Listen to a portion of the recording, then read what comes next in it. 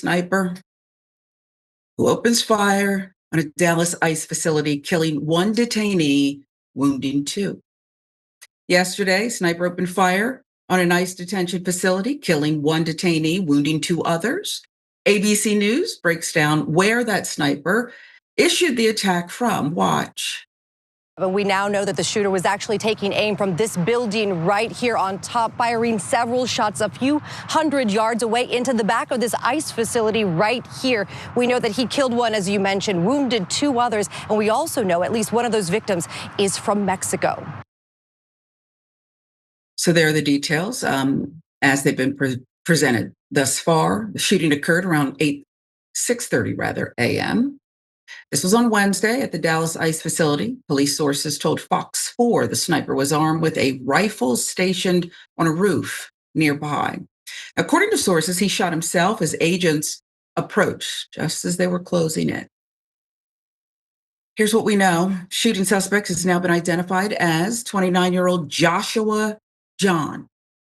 Sky 4 captured images of FBI agents outside that home on Wednesday afternoon. Fox 4 reporters saw what appeared to be concerned family members. Local police have not named an official motive yet.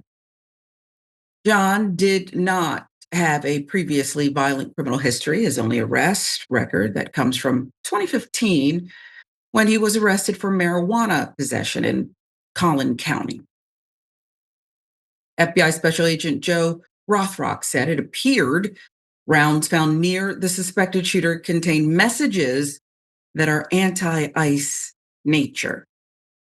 ABC News reports Dallas FBI Field Office Special Agent in charge, Joe Rothrock, confirmed the incident is being investigated as active targeted violence. And there you see why Mr. Rothrock made the statement that they are anti-ICE related. And that's the early belief because it says anti-ICE on these casings. So we'll see if it turns out that that is indeed the reason. Let's talk about the Vice President, J.D. Vance. Here's what he said during remarks in North Carolina on Wednesday. Evidence that has not yet been released shows the shooter was a, quote, left-wing extremist who was politically motivated to go after people who are enforcing our border. Your Vice President. The FBI said the shooting is being investigated as an act of targeted violence. As we said, federal investigators have not said what may have led Jahn to develop reported anti-ICE views, or if there's any other evidence beyond what was written on shell casings found at the Dallas facility. Now, the newest development. Sniper allegedly left behind a note saying he wanted to bring terror to agents. Handwritten note said this: hopefully, this will give ICE agents real terror to think. Is there a sniper with AP rounds on that roof? FBI Director Kash Patel said in a statement Thursday, the note referring to armor-piercing bullets. Patel said the sniper identified by sources, again, as 29-year-old Joshua Jahn, allegedly had searches last month on apps that track ICE agents, and he allegedly downloaded a document called Dallas County Office of Homeland Security and Emergency Management, which has a list of DHS facilities. He conducted multiple searches of ballistics and the Charlie Kirk shot video on Tuesday and Wednesday, Patel said. Patel said more evidence shows a high degree of planning from Jahn, who died again from a self-inflicted gunshot wound, according to authorities. One detainee has been killed. Two other detainees, as we mentioned, critically injured. We'll continue to follow the case, update conditions and the like. Transparency is one thing, right? And it seems that if we are to trust and believe law enforcement sources here, Elliot, well, they're almost in real time letting us know certain aspects they've uncovered in this investigation. And they seem to have done that with the Charlie Kirk murder as well. Now, they've not done that with Epstein, but never mind that. If we're to believe this is what they're doing. But it seems to me, and perhaps you'll have a different take, that the reasoning that they are releasing things fast and furious is because they're pushing a narrative here that may actually turn out to be true or may not be. The narrative is, this is the left again, hurting people, killing people. The left.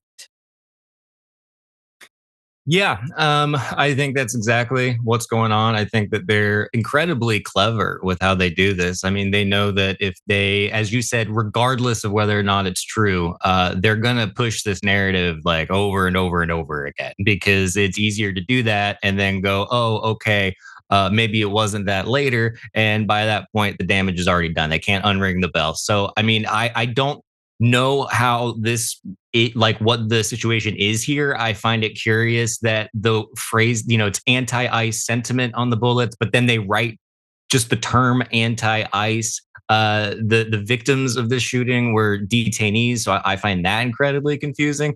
This is one of those things I think where if we have learned anything, it's that we should just hold off for a second and figure out what's going on here. But if it does turn out that this person was a left wing individual, then I think the next question is what they were doing online, because my hunch is that this has some kind of something to do with online radicalization that is just becoming increasingly rampant in this country. And the fact that it is potentially both sides doing it just speaks to how like voracious that stuff is and how much it's affecting young people in this country, and I worry about that. So regardless of the politics, this is a horrible thing, and I wish people would stop shooting people, to be quite honest with you, Sharon. Not That to go part. too extreme with my opinions, but it would be sure great if we could just stop with the gun violence for like a few weeks.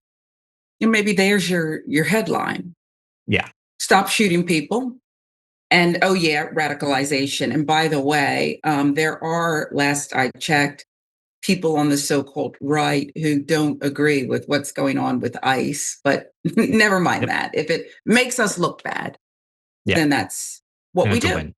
Yep. That's what we do. Kash Patel and his postings on X that I would think would jeopardize an investigation. I'm a journalist. I want transparency. I want information. I even like leaks. I do. Okay. Well sourced leaks are good for business and they're good for the American people. But again, it's the agenda.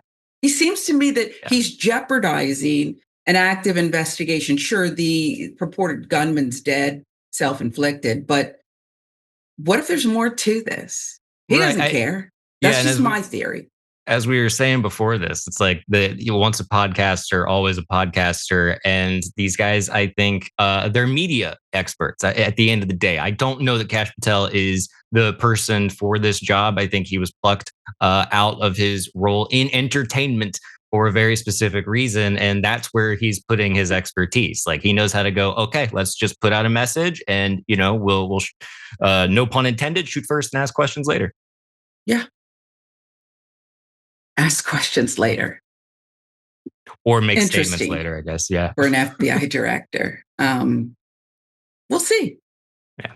As a former one, we wait to see, will Comey be indicted? We'll see. I mean, it's just every day it's something else.